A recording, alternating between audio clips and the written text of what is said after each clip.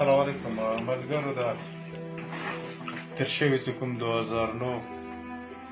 دلته چې کوم انقلاب راغلی او کوم ملټري اپریشن شوی دا زموږ د علاقې لکه موجوده حالات دي دا 2020 د اتمې میاشتې نن مخکې 22 دی نن هم یو بعضې خلک داسې چې هغه د جوړونې وس نه لري دا اوس هم د چا کور دي که څه نه هر څه شته دي او دا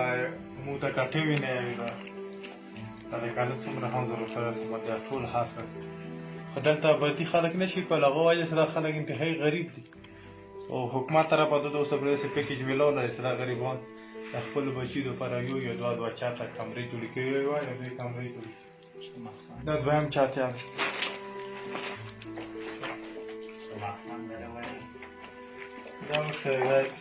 دا یې مخمن دی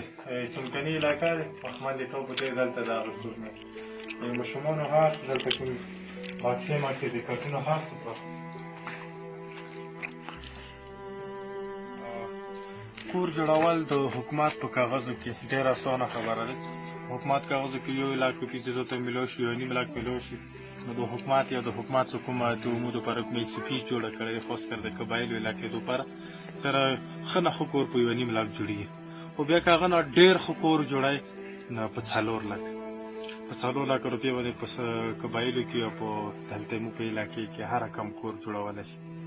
خو که د حکومت دفتر ته ورشي په 4 لکه د حکومت یو کچن هم نه جوړېږي په 4 لکه د حکومت یو افسر یو وشروم هم نه جوړېږي او د مو دغې علاقې کې په 4 لکه ښه نه ښه کور جوړېږي او که حکومت دغه ځای کې اندازه وکړي که ته د یو ټکټر یوه بجري دلته هم ته راوړې که نه کم از کم یو ټکټر ته له 20,000 نه یې باوښته کرایه ښیي او دلته دا خلک د ژوند بل یو هېڅ سهولت نه لري چې کوم کورونه یې لوړ هغه علاقې ما تر ننه ورځې کړې چې موږ داسې د پیچوکه پراته یو یا بېواسه پراته یو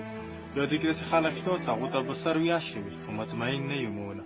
او چې کومه هم سروي شوي دي هغه نه هغه خلک ډېر زیات محروم پاتې چې کوم خلک کورونه ړنګ که چېرې دغه کس یو دلته د نور ړنګ کورونه دلته نور بیا تاسو ورسره ړنګ کورونه که چېرې دلته ښه پیکیج میلاو شي حکومت دلته په توجه وکړي نو په وخت سره په ټیم سره د خلکو خپل کور